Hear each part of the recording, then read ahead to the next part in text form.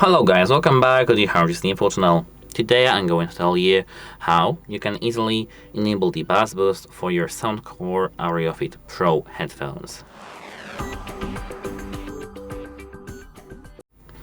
So here, as I can see, we are in the SOUNDCORE application itself, which is called SOUNDCORE, and if you want any help with installing and setting up this application with your device, you can just check our channel. So here we have to tap Now Sound Effects and tap Default. Here tap Bass Booster. This is here, as I can see, the second one from the list, from the line. And now we have our Bass Booster set. And that's it. Hope it helps you and have a nice day. If you have any questions, please ask them in the comments below. Goodbye.